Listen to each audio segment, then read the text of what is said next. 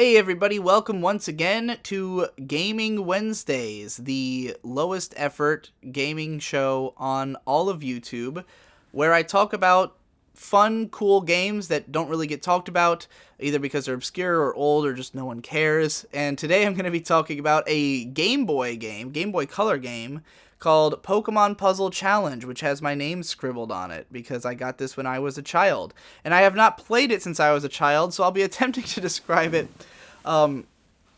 entirely based on memory, which shouldn't be too hard because this game is actually part of a series, but an odd, disjointed series.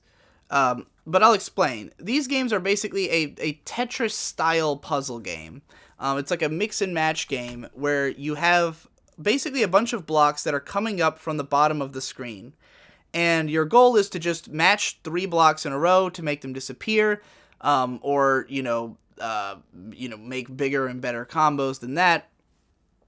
But the way you do this is you have a little 2-box thing, and when you press A, it switches those 2 boxes around. It only works horizontally, but just basically, let's say you have a red block and a purple block, and you're highlighting both, and they'll switch. Or if you're highlighting one and an empty space, it'll switch to the empty space. And that's the only mechanic by which you can move blocks.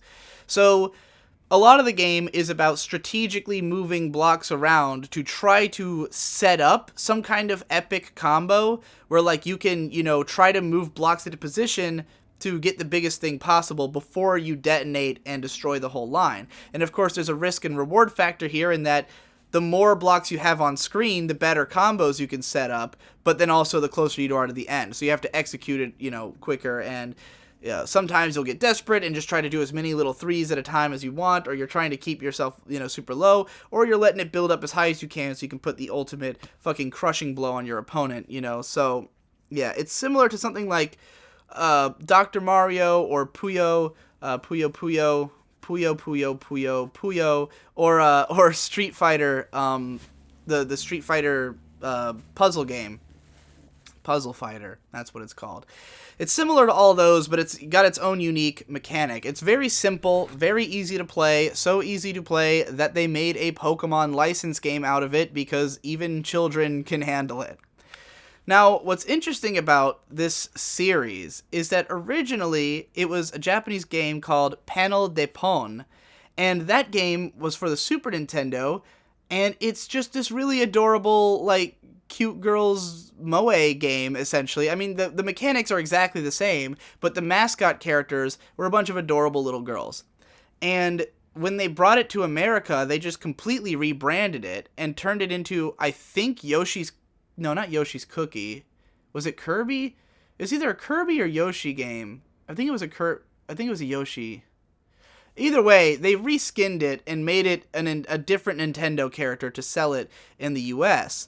And then they did the same thing with the N64 and Game Boy Color games that came out of the series, making them both into Pokemon. There's Pokemon Puzzle Challenge, which is this one, and then League for the N64. I don't remember if I've been calling this League, but League was the N64 version and Challenge was the Game Boy version.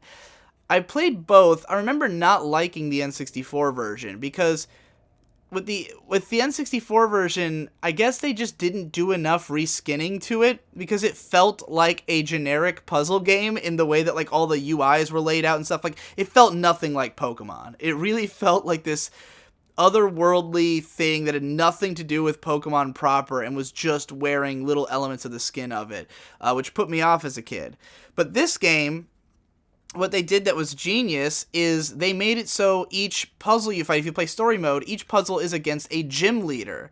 So they actually, took all the gym leaders from Pokemon Red and I think even Silver, and they had them in this game where each puzzle you fight is one step up the ladder of the gyms, and you're trying to collect all the badges, and they get harder and harder, and it feels like you're playing a Pokemon game. So this one actually feels relevant to the series. They rebranded it in a good way, and it's a lot of fun.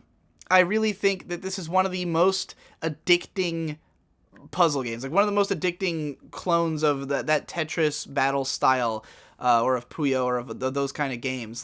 Just because there's less like luck involved in like waiting for the right block to come down. There's a lot more for you to do. You can just sit there rearranging your blocks and trying to figure out like what your plan is before the next line of blocks comes up from the bottom. And you know, it gives you, it's a whole line, so you have like a lot of planning you can do, a lot of maneuvering you can do. So like, you know, you really get a lot of options in the way you tackle the puzzles, and you feel like you're more active and getting things done. And you can speed up the way, like the speed of the puzzle a little bit, so that you make like a few more bars come up quicker, you know, try to plan your way around. So, you know, it just keeps you busy a lot more, which I think keeps it engaging in a way that some of those games, you know, when you're just waiting for the fucking block you need. I mean, I'm sure high-level players probably aren't doing all that much waiting because they know what they're doing, but I'm not one of those. So, yeah. Every incarnation of this is pretty cool, because Panel de Pon is adorable, the original, and then the Pokemon version's cool. The other versions are cool. Unfortunately, after that, they made one for the DS, I think maybe two, where they just kind of stripped all iconography off of it and just made it generic. They just made it it's a puzzle game. You know, there's no cute girls, there's no Pokemon, there's no branding. Just here's the puzzles, which I think is kind of lame. Because, I mean, the fact that you're fighting gym leaders is a big part of what made this game so endearing as a kid. You know, it was like I wanted to beat all the gyms. So, yeah, I haven't played this in possibly 15 years, but I have fond memories of it, so I'm sure it holds up. And I have played a little bit of Panel de Pon and some of the others, so I know that the mechanics hold up, you know. So yeah, give this a shot if that's your kind of game, if you've been looking for a new puzzle game that maybe you missed out on, or you wanted to play a puzzle game while also playing Pokemon and getting some of that fun old Pokemon edge to it. I don't know. Check it out. Check out one of them.